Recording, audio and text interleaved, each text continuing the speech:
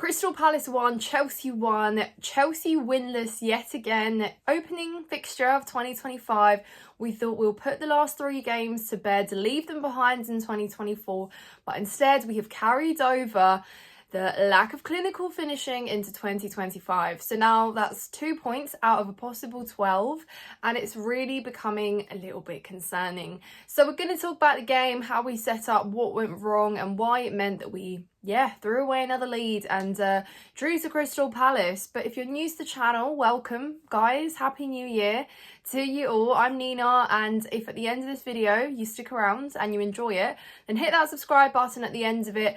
Make sure you like the video, of course, and leave your thoughts below. I think every game progressively I'm seeing Chelsea fans get more and more angry because it's now 4 games that have been so below par and just nothing like what we were at the start of the season, and we seem to have become very lacklustre up front, and that is the main problem at the moment. We're not able to finish our chances, and ultimately it's costing us at the end of the game. So we've got lots to talk about, lots to get into, and while it is a very frustrating and annoying result, and there are certainly concerns in this, I'm not going to go as far as absolutely questioning everything that Maresca has done here at Chelsea. I'm not going to go as far as saying our top 4 hopes are over.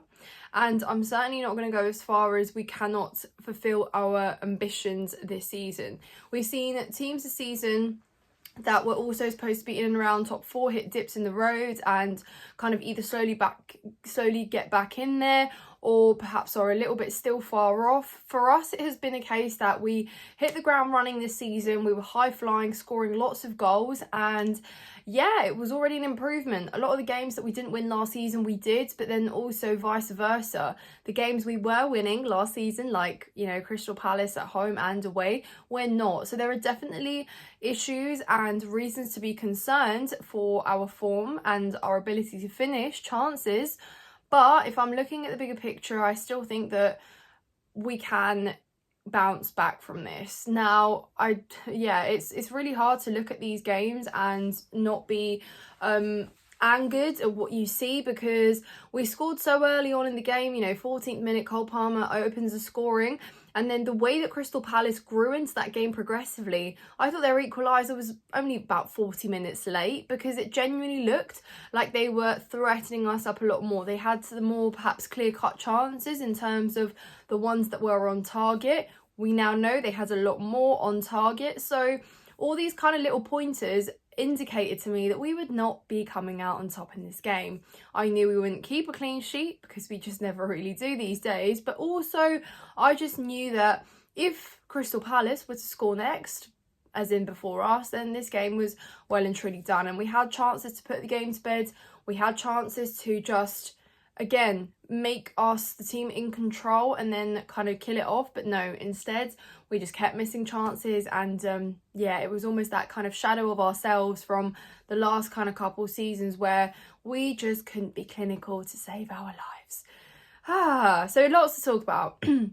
And, you know, the way we set up, I looked at the lineup and I thought, oh, actually really great. You know, Josh Achampong is getting his first Premier League start here, really well deserved, and someone that can perhaps bring on this kind of freshness to him. Our defenders this season haven't exactly been superstars, having solidified their spots. Maybe a couple of them have, but other than that, it's been very interchangeable with our back lines and kind of who we've been picking, who we've been pairing. So the fact that he got an opportunity was really, really positive. And on the most part, had the result been different, we could have really praised him here a lot more, and I still think that he deserves his credit. Never easy for a player to come in, especially in a game where there is pressure. There is pressure, and there was pressure for Chelsea to win and bounce back after 3 consecutive winless games.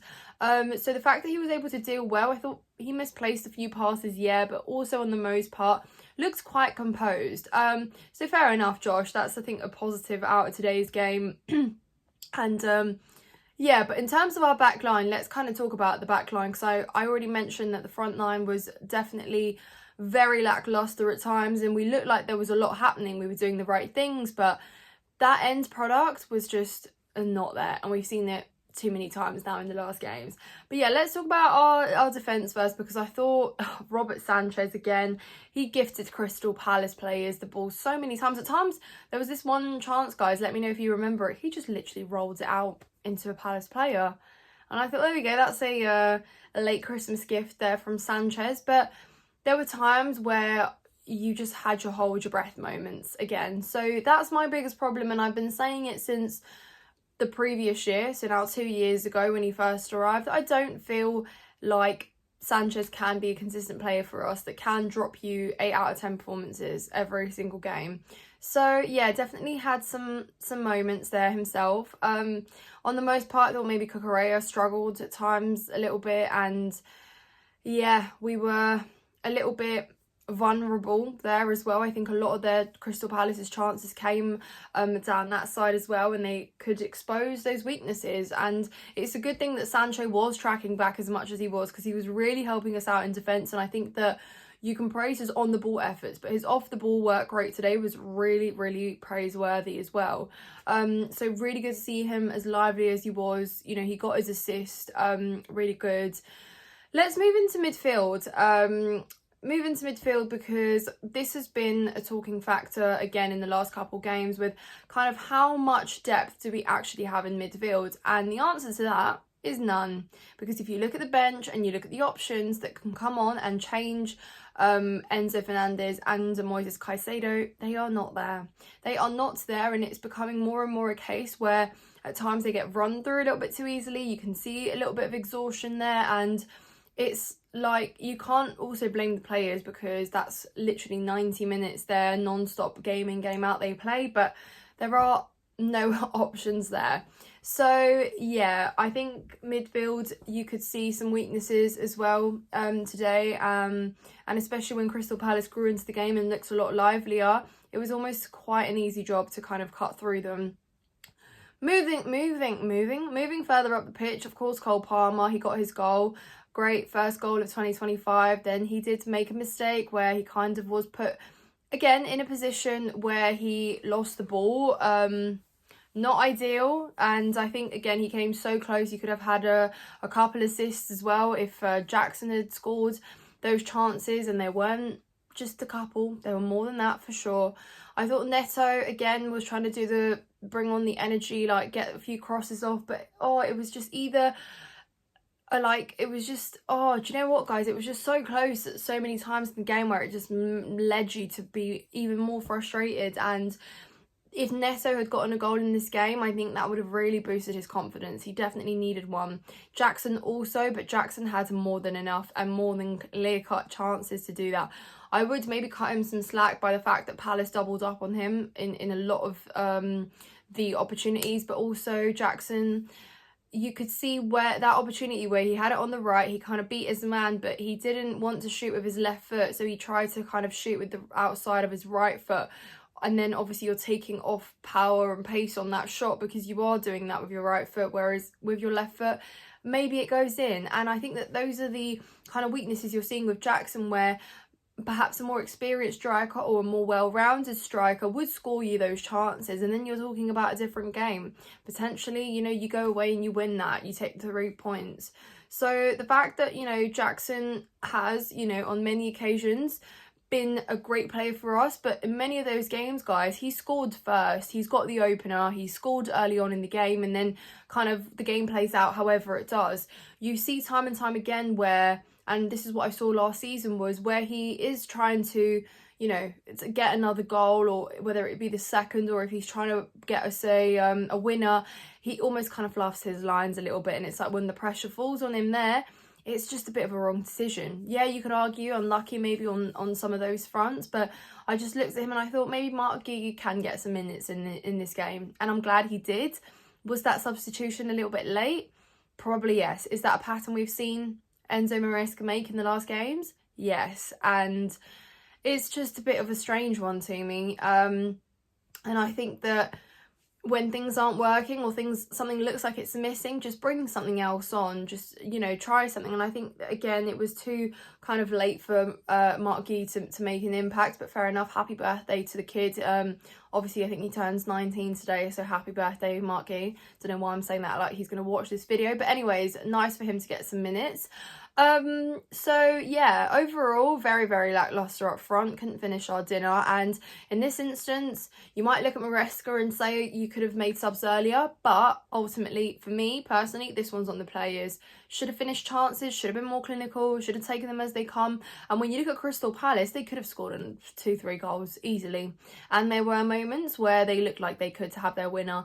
And the fact that they were still going even after their equaliser and tried to look like the more dangerous team was also quite concerning. So yeah, now if we put this result into context, we are obviously just 4th, but just 1 point separates 4th and 5th. We play Bournemouth next. Bournemouth are only 3 points behind us, I believe. They've been in decent form themselves. And let's not forget how tough that away fixture was earlier last year. Sorry, earlier of the start of the season last year. I'm still not like 2025 mode here, guys. But yeah, that was difficult. And at home, we've seen in the last couple of years, that's been a difficult fixture for us as well. So without sounding like a parrot, we do need a win then. We absolutely must, because if we lose to Bournemouth at home, I dread to think. And I already know that a lot of Chelsea fans are going to go into absolute meltdown after this one, but I'm going to choose to believe that we bounce back from this one. But very frustrating, guys. Yeah, another 1-1. That was 2-1 against Crystal Palace this season. So yeah, not ideal. Let me know what you guys think in the comments down below. Hopefully Chelsea get a win against Bournemouth so we can get back on track with what we're doing. But you know, when you're seeing other teams kind of get into a groove, and Newcastle winning earlier in the day and whatnot, it does really kind of add pressure on the fact that top 4 is very wide open, guys, and I don't want it to be a case where our spot is really massively jeopardised when we've done so much good work to get here.